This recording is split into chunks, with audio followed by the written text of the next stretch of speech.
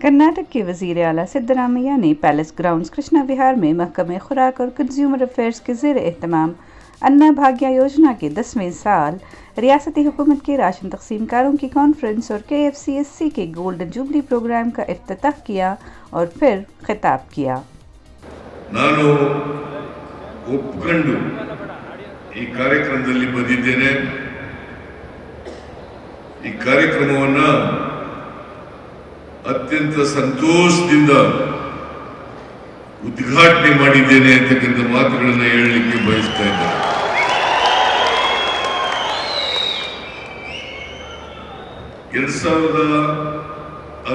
ಮೇ 13 ಅವತ್ತು ಜಗಜ್ಯೋತಿ ಬಸವಣ್ಣವರ ಜನ್ಮದಿನ। ಆ ಜನ್ಮದಿನದಂದು ನಾನು ಪ್ರಮಾಣ ವಚನ ಸ್ವೀಕಾರ ಮಾಡಿ ಮುಖ್ಯಮಂತ್ರಿ ಆದೆ। ನಾನು ಒಬ್ಬನೇ ಅವತ್ತು ಪ್ರಮಾಣ ವಚನ ಸ್ವೀಕಾರ ಮಾಡಿದ್ದು। ನೇರವಾಗಿ ಪ್ರಮಾಣ ವಚನ ಸ್ವೀಕಾರ ಮಾಡಿದ ಮೇಲೆ ಕಟ್ಟಿರುವ ಸ್ಟೇಡಿಯಂನಲ್ಲಿ ವಿಧಾನಸೌಧಕ್ಕೆ ಹೋಗಿ ಅಧಿಕಾರಿಗಳ ಜೊತೆ ಮಾತನಾಡಿ 5 ಭಾಗ್ಯಗಳನ್ನು ಘೋಷಣೆ ಮಾಡಿದೆ।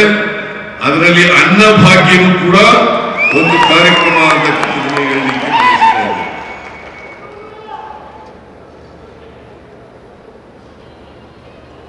ಮನಮೋಹನ್ ಸಿಂಗ್ ರವರು ಆಹಾರ ಭದ್ರತಾ ಕಾಯ್ದೆಯನ್ನು ಜಾರಿಗೆ ತಂದಿದ್ದರು। ಅವತ್ತು ₹3ಗೆ ಒಂದು ಕೆಜಿ ಅಕ್ಕಿಯನ್ನು ಕೊಡ್ತಕ್ಕಂಥ ಕಾರ್ಯಕ್ರಮ ಇತ್ತು, ಫುಡ್ ಸೆಕ್ಯೂರಿಟಿ ಆಕ್ಟ್ ಮೂಲಕ। ನಾನು ₹3 ಇದ್ದದನ್ನ ₹1ಗೆ ಇಳಿಸಿದೆ। ಫಲಾನುಭವಿಗಳಿಂದ ₹1 ಶೇಖರಣೆ ಮಾಡಿ 5 ಕೆಜಿ ಅಕ್ಕಿಯನ್ನು ಕೊಡ್ತಕ್ಕಂಥ ಕಾರ್ಯಕ್ರಮವನ್ನು ಜಾರಿಗೆ ತಗೊಂಡ್ಬಂದು,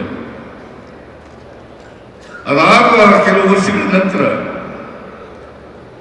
5 ಕೆಜಿ ₹1 ತಗೊಂಡಿದ್ದನ್ನು ಕೂಡ ಫ್ರೀಯಾಗಿ ಕೊಡಬೇಕು। ಯಾಕಂತಂದ್ರೆ ಕರ್ನಾಟಕವನ್ನ ಹಸಿವು ಮುಕ್ತ ರಾಜ್ಯವನ್ನಾಗಿ ಮಾಡಬೇಕು, ಯಾರೂ ಕೂಡ ಹಸಿವು ಮಲಗಬಾರದು, ಯಾರು ಹಸಿವು ಮಲಗಬಾರದು ಬಡವರು, ಕೇವಲ ಕೆಲವರು ಮಾತ್ರ ಈ ರಾಜ್ಯದಲ್ಲಿ ಹೊಟ್ಟೆ ತುಂಬಿಸಿರ್ತಕ್ಕಂಥ ಕೆಲಸ ಆಗಬಾರದು। ಯಾರಿಗೆ 2 ಹೊತ್ತು ಊಟ ಇಲ್ಲ ಅವರು ಕೂಡ 2 ಹೊತ್ತು ಊಟ ಮಾಡಲೇಬೇಕು ಅಂತೇಳಿ ಯಾರ್ಯಾರು ಬಡತನದ ರೇಖೆಯಿಂದ ಕೆಳಗಡೆ ಇದ್ದಾರೆ, ಅಂತ್ಯೋದಯ ಕಾರ್ಡ್ಗಳನ್ನು ಹೊಂದಿದ್ದಾರೆ, ಅವರೆಲ್ಲರಿಗೂ ಕೂಡ ಅನ್ನಭಾಗ್ಯ ಕಾರ್ಯಕ್ರಮದ ಮೂಲಕ 5 ಕೆಜಿ ಅಕ್ಕಿಯನ್ನು ಕೊಡ್ತಕ್ಕಂಥ ಕಾರ್ಯಕ್ರಮವನ್ನು ಜಾರಿಗೆ ತಗೊಂಡ್ಬಂದರು। ಯಾರು ಕೂಡ ₹1 ಕೊಡಬೇಕಾಗಿರಲಿಲ್ಲ। ಅದಾದ್ಮೇಲೆ 5 ಕೆಜಿಯಿಂದ 7 ಕೆಜಿಗೆ ಹೆಚ್ಚು ಮಾಡಿದೆ। 7 ಕೆಜಿ ಅಕ್ಕಿಯೂ ಕೂಡ ₹1 ಕೊಡಬೇಕಾಗಿರಲಿಲ್ಲ। ನಾನು ಅನ್ನಭಾಗ್ಯ ಕಾರ್ಯಕ್ರಮವನ್ನು ಜಾರಿಗೆ ಕೊಟ್ಟಾಗ ಬಹಳ ಜನ ಕುಹುಕರ ಮಾತುಗಳನ್ನು ಆಡಿದರು। ಅಸೆಂಬ್ಲಿನಲ್ಲಿ ಉತ್ತರ ಕೊಟ್ಟೆ ನಾನು।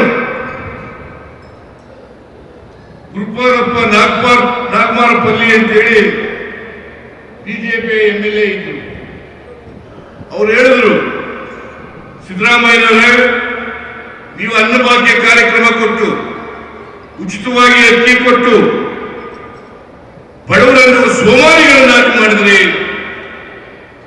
ಕಾರ್ಮಿಕರಿಗೆ ನಮ್ಗೆ ಯಾರು ಸಿಗ್ತಾ ಇಲ್ಲ ಅಂತ ಹೇಳಿ ವಿಧಾನಸಭೆಯಲ್ಲಿ ಮಾತನಾಡಿದ್ರು. ನಾನು ಅವ್ರಿಗೆ ಉತ್ತರ ಏನಂತ ಕೊಟ್ಟೆ ಅಂತಂದ್ರೆ, ಈ ದೇಶದಲ್ಲಿ ಕಾಯಕ ಮಾಡಿ ಜೀವನ ಮಾಡ್ತಕ್ಕಂಥವ್ರು ಬಡವರಾಗಿದ್ದಾರೆ, ಯಾರು ಆಹಾರದ ಉತ್ಪಾದನೆಯನ್ನ ಮಾಡ್ತಾರೆ ಅವರೆಲ್ಲರೂ ಕೂಡ ಕಾಯಕ ಜೀವಿಗಳು. ಈ ಕಾಯಕ ಜೀವಿಗಳು ಯಾವುದೇ ಕಾರಣಕ್ಕೆ ಹಸಿದು ಮಲಗಬಾರದು. ನಾನು ಹೇಳಿದೆ ಅವರಿಗೆ, ಗುರುಪಾದಪ್ಪ ನಾಗಮಾರ್ಪಲ್ಲಿ ಅವರಿಗೆ ಹೇಳಿದೆ, ನೋಡ್ರಿ ಅವ್ರನ್ನ ಸೋಮಾರಿಗಳು ಅಂತ ಹೇಳ್ಬೇಡಿ, ಕೆಲ್ಸಕ್ಕೆ ಬರಲ್ಲ ಅಂತ ಹೇಳ್ಬೇಡಿ.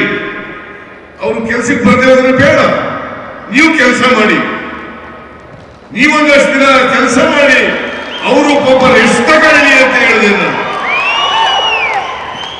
ಇಲ್ಲಿವರೆಗೆ ಕೆಲಸ ಮಾಡಿ ಮಾಡಿ ಮಾಡಿ ನೀವೆಲ್ಲರೂ ಕೂಡ ಆರಾಮಾಗಿದ್ದೀರಿ, ನೀವು ಕೆಲಸ ಮಾಡ್ರಿ, ಹೋಗಿ ಆ ಬಡವರು ರೆಸ್ಟ್ ತಗೊಳ್ಳಿ ಅಂತ ಹೇಳಿದೆ. ಅವ್ರಿಗೆ ಉಸಿರೇ ಇಲ್ಲದಾಯ್ತು.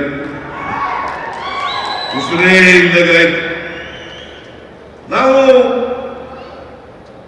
ಅನೇಕ ಭಾಗ್ಯಗಳನ್ನು ಕೊಟ್ಟರು ಕೂಡ, ಅನ್ನಭಾಗ್ಯ, ಕ್ಷೀರಭಾಗ್ಯ, ಕೃಷಿ ಭಾಗ್ಯ, ಇಂದಿರಾ ಕ್ಯಾಂಟೀನ್, ಶಾಲಿ ಭಾಗ್ಯ, ಪಶು ಭಾಗ್ಯ, ಶೂ ಭಾಗ್ಯ, ಇಂಥ ಎಲ್ಲ ಅನೇಕ ಕಾರ್ಯಕ್ರಮಗಳನ್ನು ಮಾಡಿದ್ರು ಕೂಡ ನಾವು 2018ರಲ್ಲಿ ಸೋಲ್ಬೇಕಾಯಿತು. ಯಾರು ವಿರೋಧ ಮಾಡಿದ್ರು ಅವರು ಅಧಿಕಾರ ಮಾಡ್ತಕ್ಕಂಥ ಪರಿಸ್ಥಿತಿ ನಿರ್ಮಾಣ ಆಯಿತು ಈ ರಾಜ್ಯದಲ್ಲಿ. ನಾನು ನಿಮ್ಮಲ್ಲಿ ಅತ್ಯಂತ ಕಳಕಳಿಯಿಂದ ಪ್ರಾರ್ಥನೆ ಮಾಡ್ತೇನೆ, ಯಾರು ಬಡವರ ಪರವಾಗಿದ್ದಾರೆ, ಯಾರು ದಲಿತರ ಪರವಾಗಿದ್ದಾರೆ, ಯಾರು ಹಿಂದುಳಿದವರ ಪರವಾಗಿದ್ದಾರೆ, ಯಾರು ಕಾರ್ಮಿಕರ ಪರವಾಗಿದ್ದಾರೆ, ಯಾರು ರೈತರ ಪರವಾಗಿದ್ದಾರೆ, ಇದನ್ನ ಗುರುತಿಸಬೇಕು ಅಂತಕ್ಕಂಥದ್ದು ನನ್ನ ಕಳಕಳಿಯ ಪ್ರಾರ್ಥನೆ ಅಂತಕ್ಕಂಥದ್ದನ್ನು ನಿಮಗೆ ಹೇಳಲಿಕ್ಕೆ ಬಯಸ್ತಾ ಇದ್ದೇನೆ.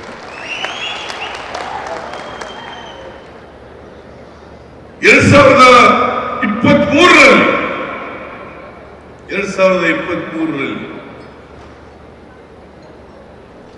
ಚುನಾವಣೆಗಿಂತ ಮುಂಚಿತವಾಗಿ, ವಿಧಾನಸಭಾ ಚುನಾವಣೆಗಿಂತ ಮುಂಚಿತವಾಗಿ ನಮ್ಮ ಪಕ್ಷದಿಂದ, ಕಾಂಗ್ರೆಸ್ ಪಕ್ಷದಿಂದ ನಾವು ಜನಗಳಿಗೆ 5 ಗ್ಯಾರಂಟಿಗಳನ್ನು ಕೊಟ್ಟಿದ್ದು.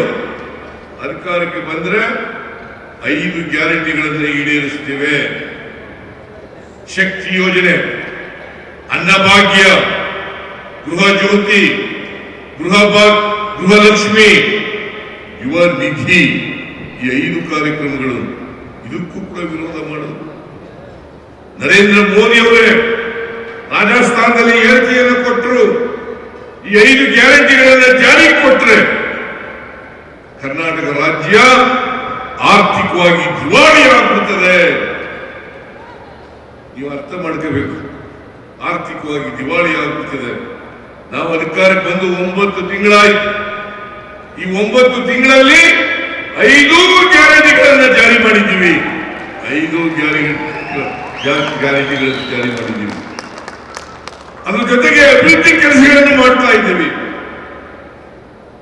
ಸರ್ಕಾರ ಖಾಲಿಯಾಗಿಲ್ಲ, ಟ್ರೆಜರಿ ಖಾಲಿಯಾಗಿಲ್ಲ, ಆರ್ಥಿಕವಾಗಿ ದಿವಾಳಿ ಆಗಿಲ್ಲ. ಇದನ್ನ ನಾವೆಲ್ಲರೂ ಕೂಡ ಅರ್ಥ ಮಾಡ್ಕೋಬೇಕಾಗ್ತದೆ. ಯಾಕೆ ಈ ಮಾತುಗಳನ್ನು ಹೇಳಿದ್ರು? ಫುಡ್ ಸೆಕ್ಯೂರಿಟಿ ಆಕ್ಟ್ ತಗೊಂಡಾಗ ಕೂಡ ಇದೇ ಮಾತನ್ನು ಹೇಳಿ, ಫುಡ್ ಸೆಕ್ಯೂರಿಟಿ ಆಕ್ಟ್ ನಾವು ಮನಮೋಹನ್ ಸಿಂಗ್ ಅವರು ಜಾರಿಗೆ ಕೊಟ್ಟಾಗ ಅವತ್ತು ಇದೇ ಮಾತನ್ನ ಹೇಳಿದ್ರು. ಇವರು ಇವತ್ತು ಡಿಫೆನ್ಸ್ ಮಿನಿಸ್ಟರ್ ಇದ್ದಾರಲ್ಲ, ಯಾರವರು? ಡಿಫೆನ್ಸ್ ಮಿನಿಸ್ಟರ್ ರಾಜನಾಥ್ ಸಿಂಗ್ ಅವರು ಹೇಳಿದ್ರು, ನೀವು ಈ ಬಿಲ್ ಅನ್ನ ತಂದ್ರೆ it is going to be a cruel joke ಅಂತ ಹೇಳಿದ್ರು. ಆಮೇಲೆ ಅವತ್ತು ಎಜುಕೇಶನ್ ಮಿನಿಸ್ಟರ್ ಆಗಿದ್ರಲ್ಲ, ಯಾರವರು? ಮುರಳಿ ಮನೋಹರ ಜೋಶಿ ಹೇಳಿದ್ರು, ಇದು ವೋಟ್ ಗೆಟಿಂಗ್ ಬಿಲ್ ಅಂತ ಹೇಳಿದ್ರು.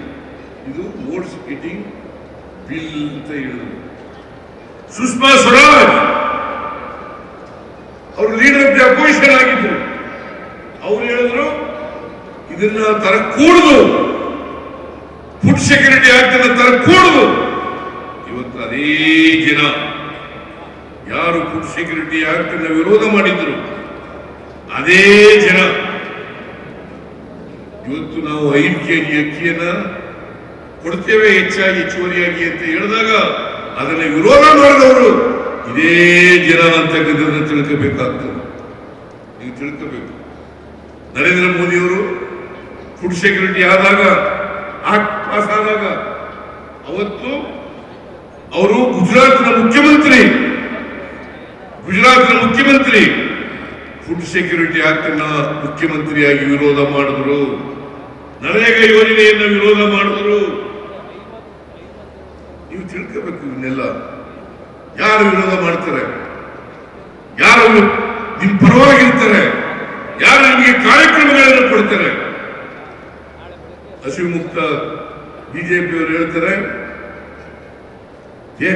ಭಾರತ ದೇಶದಲ್ಲಿ ಕಾಂಗ್ರೆಸ್ ಮುಕ್ತ ಭಾರತವನ್ನು ಮಾಡುತ್ತೇವೆ, ಕಾಂಗ್ರೆಸ್ ಮುಕ್ತ ಭಾರತವನ್ನು ಮಾಡ್ತೇವೆ. ನಾವು ಬಿಜೆಪಿ ಮುಕ್ತ ಭಾರತ ಅಂತ ಹೇಳಲ್ಲ, ಹಸಿವು ಮುಕ್ತ ರಾಜ್ಯವನ್ನಾಗಿ ಮಾಡ್ತೇವೆ ಅಂತಕ್ಕಂಥ ಮಾತನ್ನು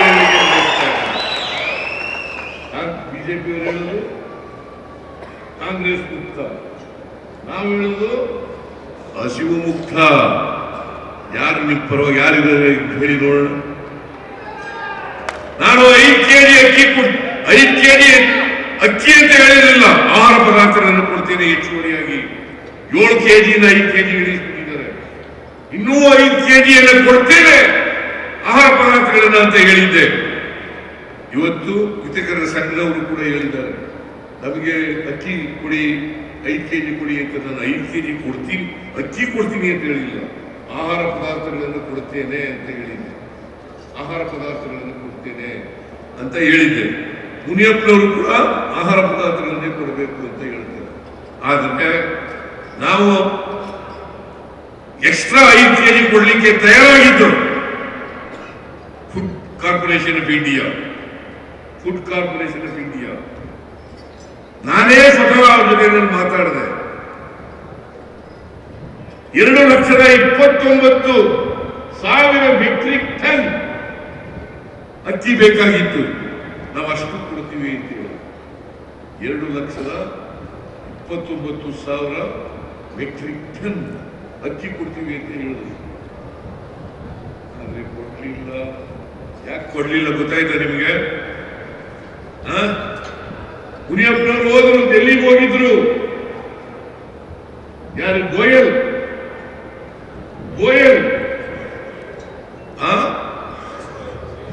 ಪಿಯೂಷ್ ಗೋಯಲ್ ಅವರನ್ನ ಭೇಟಿ ಮಾಡಿದ್ರು. ಭೇಟಿ ಮಾಡಿ ಅಕ್ಕಿ ಕೊಡಿಸ್ರಿ, ಫುಡ್ ಕಾರ್ಪೊರೇಷನ್ ಆಫ್ ಇಂಡಿಯಾದಿಂದ ಅಕ್ಕಿ ಕೊಡಿಸಿ, ಪುಕ್ಕಟೆ ಕೊಡಬೇಡಿ, ದುಡ್ಡು ಕೊಡ್ತೀವಿ, ನಮ್ಗೆ ಬೇಕಾದಷ್ಟು ಅಕ್ಕಿ ಕೊಡಿ. ಒಪ್ಕೊಂಡು ಪಿಯೂಷ್ ಗೋಯಲ್ ಹೇಳಿದ್ರು ಅಂತೇಳಿ, ನರೇಂದ್ರ ಮೋದಿ ಅವರು ಹೇಳಿದ್ರು ಅಂತೇಳಿ, ಅಮಿತ್ ಶಾ ಹೇಳಿದ್ರು ಅಂತೇಳಿ ಒಪ್ಕೊಂಡು ಅಕ್ಕಿ ಕೊಡ್ಲಿಲ್ಲ. ಯಾಕೆ ಕೊಡ್ಲಿಲ್ಲ? ಬಡವರ ಪರವಾಗಿ ಇದ್ದಿದ್ರೆ, ದಲಿತರ ಪರವಾಗಿ ಇದ್ದಿದ್ರೆ, ಹಿಂದುಳಿದವರ ಪರವಾಗಿ ಇದ್ದಿದ್ರೆ, ರೈತರ ಪರವಾಗಿ ಇದ್ದಿದ್ರೆ ಅಕ್ಕಿ ಕೊಡ್ತಾ ಇದ್ರು. ಏನ್ ಪುಕ್ಕಟೆ ಕೊಡ್ತಿದ್ರ? 34 ರೂಪಾಯಿ 1 kg ಅಕ್ಕಿಗೆ, 34 ರೂಪಾಯಿ ಕೊಡ್ತೀವಿ. 5 kg ಅಕ್ಕಿ ಪ್ರತಿಯೊಬ್ಬರಿಗೂ ಕೊಡಬೇಕು. ನಾವು 2,29,000 ಮೆಟ್ರಿಕ್ ಟನ್ ಅಕ್ಕಿಯನ್ನ ಕೊಡಿ. ರಾಜಕೀಯ ಮಾಡಿ ಅಕ್ಕಿ ಸಿಕ್ಬಾರ್ದಾಗ ಮಾಡಿಬಿಟ್ರು. ಫುಡ್ ಕಾರ್ಪೊರೇಷನ್ ಇಂಡಿಯಾದವರು ಪಿಯೂಷ್ ಗೋಯಲ್ ಅವರ ಮಾತು ಕೇಳಿ ಅಕ್ಕಿ ಕೊಡ್ಲಿಲ್ಲ. ಯಾರು ಕೊಡ್ಲಿಲ್ಲ? ಬಿಜೆಪಿ ಸರ್ಕಾರ ಕೊಡ್ಲಿಲ್ಲ. ನೀವು ಇದನ್ನ ತಿಳ್ಕೋಬೇಕು. ಬಿಜೆಪಿ ಸರ್ಕಾರ ಕೊಡ್ಲಿಲ್ಲ. ನಾವು ಕೊಟ್ಟ ಮಾತುಕತೆ ನಡ್ಕೋಬೇಕು ಅಂತೇಳಿ 5 kg ಅಕ್ಕಿಗೆ ತಗತಕ್ಕಂಥ 34 ರೂಪಾಯಿನಂತೆ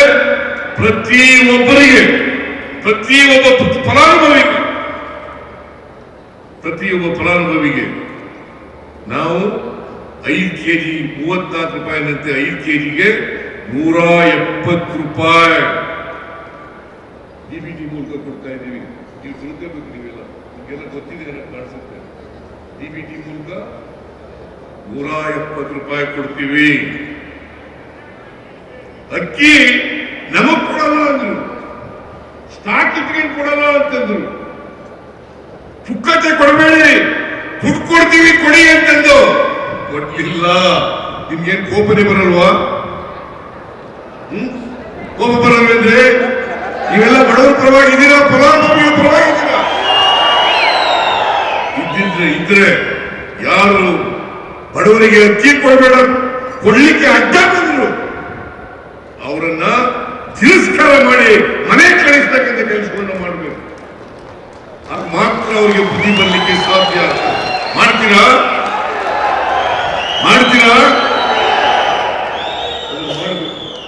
ಯಾರು ನಿಮ್ಮ ವೈರಿಗಳು? ಯಾರು ನಿಮ್ಮ ಪರವಾಗಿರೋರು? ಯಾರು ನಿಮ್ಮ ಹಿತ ಬಯಸತಕ್ಕಂಥವ್ರು? ಯಾರು ನಿಮಗೆ ಅಪೌಷ್ಟಿಕತೆಯಿಂದ ಹೊರಗಡೆ ಬರಬೇಕು ಅಂತೇಳಿ ಹಸು ಮತ್ತು ರಾಜ್ಯವನ್ನಾಗಿ ಮಾಡಬೇಕು ಅಂತೇಳಿ ಮಾಡ್ತಕ್ಕಂಥವ್ರು ಯಾರು? ಇದು ನಿಮ್ಮ ತಲೆಯಲ್ಲಿ ಇರಬೇಕು. ನೀವೆಲ್ಲರೂ ಕೂಡ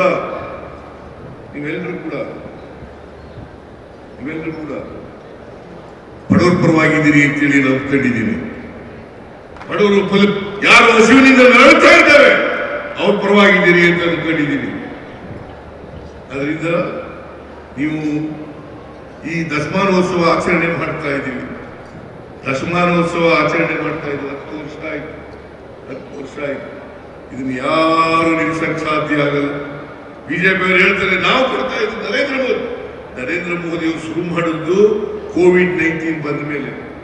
ಅಲ್ಲಿವರೆಗೆ ನಾವೇ ಕೊಡ್ತಾ ಇದ್ದದ್ದು, ನರೇಂದ್ರ ಮೋದಿ ಅವರು ಕೊಡ್ತಾ ಇರಲಿಲ್ಲ.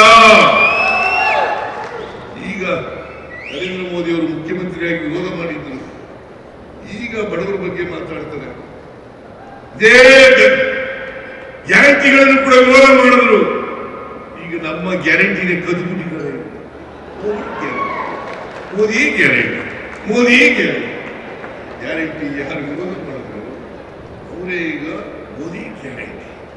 ಯಾಕಂತಂದ್ರೆ ಬಡವರು ಓಟ್ ಬೇಕಲ್ಲ, ದಲಿತರು ಓಟ್ ಬೇಕಲ್ಲ, ಹಿಂದುಳಿದವರು ಓಟ್ ಬೇಕಲ್ಲ, ಅಲ್ಪಸಂಖ್ಯಾತರು ಓಟ್ ಬೇಕಲ್ಲ, ಕಾರ್ಮಿಕರು ಓಟ್ ಬೇಕಲ್ಲ, ಮಹಿಳೆಯರು ಓಟ್ ಬೇಕಲ್ಲ. ಇವತ್ತು ಮಹಿಳೆಯರಿಗೆ ಶಕ್ತಿ ತುಂಬಲಿಕ್ಕೋಸ್ಕರ ಶಕ್ತಿ ಯೋಜನೆ ಕಾರ್ಯಕ್ರಮವನ್ನು ಜಾರಿಗೆ ಕೊಟ್ಟಿದ್ದೀವಿ. ಗೃಹಲಕ್ಷ್ಮಿ ಯೋಜನೆಯನ್ನು ಜಾರಿಗೆ ಕೊಟ್ಟಿದ್ದೀವಿ. ಗೃಹ ಜ್ಯೋತಿ ಯೋಜನೆಯನ್ನು ಜಾರಿಗೆ ಕೊಟ್ಟಿದ್ದೀವಿ. ಯುವತಿಯರಿಗೆ ಉದ್ಯೋಗ ಭತ್ಯೆಯನ್ನು ಕೊಡ್ತಕ್ಕಂಥ ಕಾರ್ಯಕ್ರಮವನ್ನು ಜಾರಿಗೆ ಬಂದಿದ್ದೀವಿ. ಅನ್ನಭಾಗ್ಯ ಕಾರ್ಯಕ್ರಮವನ್ನು ಜಾರಿಗೆ ಕೊಟ್ಟಿದ್ದೀವಿ. ಅವ್ರು ಮಾಡಿದ್ರ? ಬಿಜೆಪಿಯವರು ಯಾವತ್ತಾರು ಇಂಥ ಕಾರ್ಯಕ್ರಮಗಳನ್ನು ಮಾಡಿದ್ರ? ನಾನು 7 ಕೆಜಿಯಿಂದ 5 ಕೆಜಿಗಳಿಸ್ತವ್ರು ಯಾರು? ನೀವು ಯೋಚನೆ ಮಾಡಿ. 7 ಕೆಜಿ ಅಕ್ಕಿ ಫ್ರೀಯಾಗಿ ಕೊಡ್ತಾ ಇದ್ದೆ, ಅದನ್ನ 5 ಕೆಜಿಗಳಿಸ್ತವ್ರು ಯಾರು? ಇದೇ ಯಡಿಯೂರಪ್ಪ, ಇದೇ ಬಸವರಾಜ ಬೊಮ್ಮಾಯಿ. ನಾನು ಹೇಳಿದೆ ಬಸವರಾಜ ಬೊಮ್ಮಾಯಿಗೆ ವಿಧಾನಸಭೆಯಲ್ಲಿ, ಬಡವರು ಹೊಟ್ಟೆ ಮೇಲೆ ಹೊಡಿತಕ್ಕಂಥ ಕೆಲಸ ಮಾಡಬೇಡಿ, ನಾನು 7 ಕೆಜಿ ಅಕ್ಕಿ ಕೊಡ್ತೀನಿ, ಆ 7 ಕೆಜಿ ಅಕ್ಕಿಯನ್ನು ಉಚಿತವಾಗಿ ಕೊಡ್ರಿ ಅಂತ ಹೇಳಿ ಎಷ್ಟು ಸಾರಿ ಬಡ್ಕೊಂಡ್ರು ಕೂಡ ಕಿವಿಗಾಕೊಳ್ಳಿಲ್ಲ. ಇಂಥವ್ರನ್ನ ತಿರಸ್ಕಾರ ಮಾಡಬೇಕು ಬೇಡ?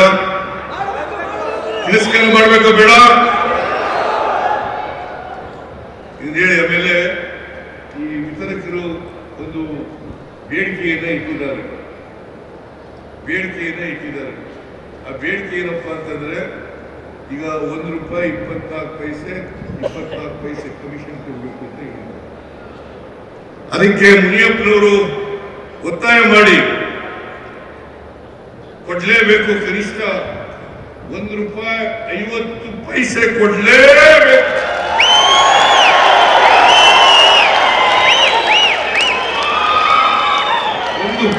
₹1.50 ಕೊಡ್ಲೇಬೇಕು ಅಂತ ಹೇಳಿದ್ದಾರೆ. ಈಗ ₹1.50 ಕೊಡ್ಲಿಕ್ಕೆ ಒಪ್ಕೊಂಡಿದ್ದೇವೆ.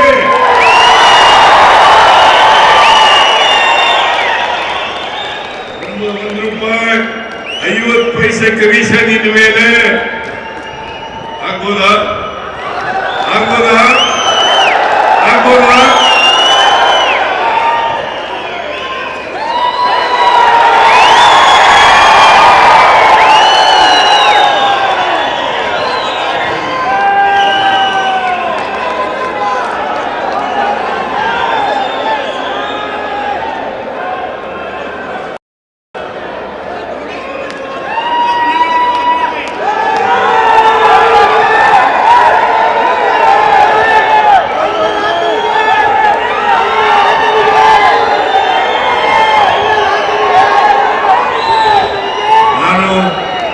ಕೌನ್ಸಿಲ್ಗೆ ಹೋಗ್ಬೇಕಾಗಿದೆ.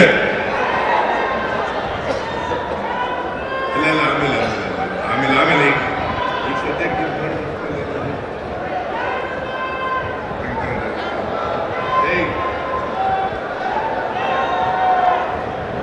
ಆದ್ರಿಂದ ನಿಮಗೆ ಯಾಕಂತಂದ್ರೆ ನಾನು ಹಳ್ಳಿಯಿಂದ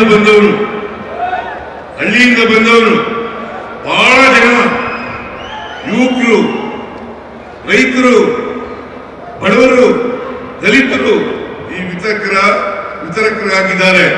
ಇವರಿಗೆ ಕಮಿಷನ್ ಬಹಳ ಕಡಿಮೆ ಇತ್ತು, ಅದರಿಂದ ಜೀವನ ಮಾಡಲಿಕ್ಕೆ ಕಷ್ಟ ಆಗ್ತದೆ ಅಂತ ಹೇಳಿದ್ರು.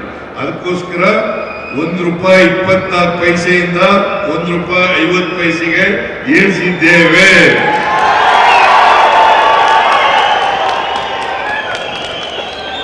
ಈಗಲಾದ್ರೂ ನಮ್ಮ ಜೊತೆ ಇರ್ತೀರಾ? ಈಗಲಾದ್ರೂ ನಮ್ಮ ಜೊತೆ ಇರ್ತೀರಾ? ನಿಮ್ಮೆಲ್ರಿಗೂ ನಮಸ್ಕಾರ. ಬಹಳ ಒಳ್ಳೆ ಫಂಕ್ಷನ್ ಮಾಡಿದ್ದಾರೆ ಮೇಯರ್ನವರು ಮತ್ತು ಅವರ ಎಲ್ಲ ಅಧಿಕಾರಿ ಮಿತ್ರರು. ಅವರೆಲ್ಲರಿಗೂ ಧನ್ಯವಾದಗಳನ್ನು ಹೇಳಿ ನಿಮ್ಗೆಲ್ಲ ನಮಸ್ಕಾರ ಮಾಡಿ ನನ್ನ ಮಾತು ಮುಗಿಸ್ತೇನೆ.